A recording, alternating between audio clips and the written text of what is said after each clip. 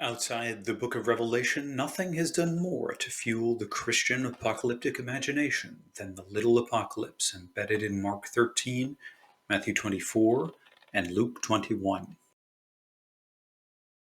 This bite-sized apocalypse has it all: false prophets, false signs, the near failure of the elect, famines, earthquakes, the surging of the sea, and the coming of the Son of Man.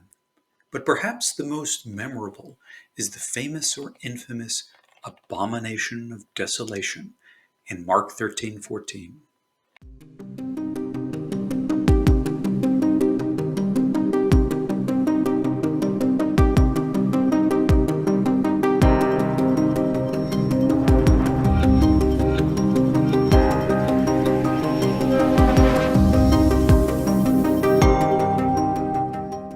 The appearance of the abomination is the sign that Christians should immediately take flight from Jerusalem.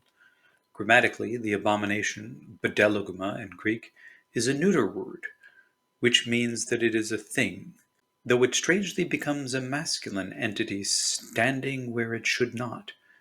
The Matthean author makes the masculine participle into a neuter, apparently to correct the grammar. Both Danielic prophecy and later Christian tradition clarified that the abomination's projected location was in the Temple Mount, aka the holy place. So, whatever the abomination is, it is a masculine singular entity which continuously stands, a perfect participle, on the Temple Mount. This rules out interpretations which argue that the abomination is the destruction of the temple. This is not an act of standing, but of falling or collapse. It also rules out that the abomination is the Roman armies surrounding Jerusalem between 68 and 70. These armies are plural, and they did not continuously stand in or on the temple. Finally, the standing abomination cannot be the Roman general Titus, who entered the inner shrine of the temple when the surrounding chambers were already burning. Titus's brief tour of the temple may have been viewed as defiling, but he was not there for long, and he set up nothing permanent on the Temple Mount that would have been polluting in the minds of Jews.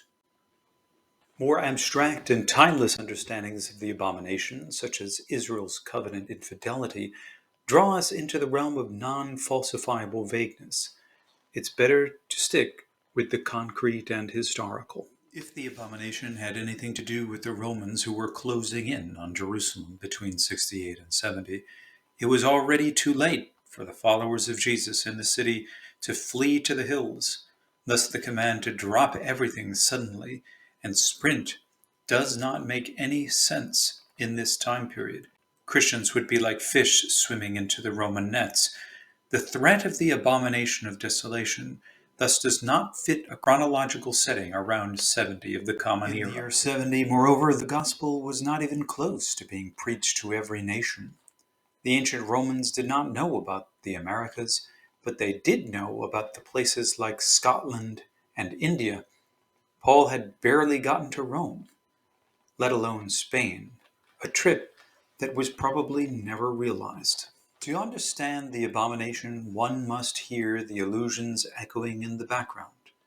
The book of Daniel associates the setting up of the abomination of desolation with the cessation of proper sacrifice, that is, sacrifice performed according to Levitical law. It envisions something built. And in 1 Maccabees 1:54, we have an actual structure, something built up on the altar, which allowed the implementation of swine sacrifice in honor of a Hellenic deity. The book of 2 Maccabees 6:2 says that Antiochus IV rededicated the Jewish temple to Zeus. Thus the deity who received the new sacrifices was Zeus or Jupiter, protector of Antiochus IV, who may have posed as Zeus's avatar. To say that the abomination only referred to a new altar to Zeus is unnecessarily minimalist. A temple rededicated to Zeus with an altar would have included a statue of Zeus as a staple part of Hellenic cult ritual. The meaning of the Abomination of Desolation in the Maccabean past affected its meaning in the present of the Little Apocalypse.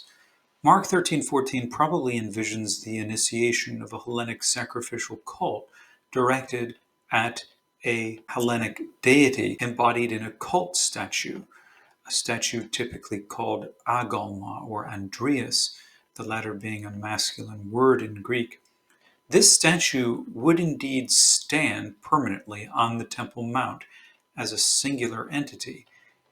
And it's interesting that in the crisis under Gaius Caligula in 39 and 40 of the Common Era, his projected but unrealized placement of an image of Zeus in the Judean temple did not involve a change in the temple's sacrifice. In the Little Apocalypse, the abomination probably signals more a sacrificial system directed toward a permanent cult statue on the Temple Mount. It envisions, in other words, a time when Caligula's foiled plans are implemented and Zeus, or a Roman emperor in the form of Zeus, is actually worshipped on the Temple Mount. There were only two periods in Jewish history when Hellenic kings gained actual control of the Temple Mount, allowing them to set up cult statues with a new sacrificial system in the days of Antiochus IV and of Hadrian. These two rulers were connected in that one, Antiochus, began building the famous Temple of Olympian Zeus in Athens, and the other, Hadrian, finished it hundreds of years later. The ruins of this towering temple stand still today in Athens. Antiochus and Hadrian were both great builders and promoters of Zeus cults in the eastern Mediterranean.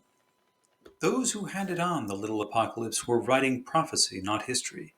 Even though they used historical precedent, they were not looking backward but forward in time. Thus, if any reestablishment of a Zeus temple cult was in view, it was the Zeus cult under Hadrian. Under Hadrian, an actual temple and cult in honor of the Capitoline Zeus was constructed on the Temple Mount. The plans for Jerusalem as a new Roman colony were laid out about 130. This was a time of relative peace when Christian inhabitants of Jerusalem had the ability to flee if they wanted. And they should have wanted, because Hadrian's temple and cult statue to Zeus was, in the Little Apocalypse, taken to be the definitive sign that the end was nigh. Jerusalem would end up like Sodom and Gomorrah, a fire-bombed wasteland. That's why it was important to flee in this time of peace, even at the risk of endangering pregnant women and nursing mothers. In short, the authors of the Little Apocalypse instructed Christians to leave Jerusalem before it definitively became a Hellenic city dedicated to Hellenic gods. Before Hadrian, Jerusalem was still a Jewish city. The temple was gone, but the inhabitants were still mostly Jewish, with a small Christian minority. All that would change with the Greek and Roman colonists pouring in and given tax breaks and land benefits. Jerusalem would become a quote-unquote pagan city, exciting the wrath of Yahweh, an already irritable local storm god. The ensuing prophecy about false messiahs in Mark 13:21 and 22 was not entirely wrong. Bar Kokhba was the Messiah, not for Christians, but for many Jews of his day, including the respected teacher Rabbi Akiva. Bar Kokhba was later called Bar Kokhba, son of a star, in reference to Numbers 24:17, a star shall come out of Jacob, taken to be a messianic prophecy. Unlike many messianic figures of the late 1st century, such as Theudas and Atronges and the Egyptian, Bar Kokhba was initially successful. He created a Jewish state for 2.5 years, just as the Maccabees had done, and he held off the Romans for more than 3 years. Accordingly, the final form of the Gospel according to Mark that we have has in view events that unfolded when Hadrian laid out his plans for the new colony at Jerusalem between 130 and 132. About the year 135, the Matthean author apparently considered Jerusalem to be a corpse, where the eagles, namely the standards of the Roman army, would gather. The Lucan author says the same thing in different words. He avoids the word abomination, but keeps the word desolation in reference to Jerusalem. And the desolation here draws nigh when Jerusalem is surrounded by military or legionary camps, stratopedon in Luke 21:20. A legionary camp is not an army in active combat operation, but one stationed as a camp in a period of relative peace. Between 70 and 135 and beyond, Jerusalem was indeed occupied by the military camp of the 10th Legion Fretensis. The Lucan author allows even more precision on dating. Jerusalem was not trampled by Gentiles, Luke 21:24, until it became a Roman colony about 130. This period encompassed the times or seasons of the Gentiles, times when Gentiles came to dominate Jerusalem. The only real time this fits was when Jerusalem became a Roman colony, banishing the Jews after 135 and accepting an influx of Gentile colonists. The Lucan author specifies that it is only the Jews, namely this people, who will fall by the sword, presumably during the time of the Bar Kokhba War, and the survivors will be taken captive to all nations, as they were. In 135, Jews were reportedly exiled from Judea and not allowed to migrate back into their own capital, Jerusalem, renamed Aelia Capitolina. Despite the apocalyptic hysteria of the Synoptic Gospels, Hadrian's Jerusalem was preserved and thrived for 200 years between 135 and 335, when Constantine took the first steps to Christianize the city. At that time, Christians concurred that the holy city need not be destroyed, and, at least for their present time, that the Son of Man could abide in heaven.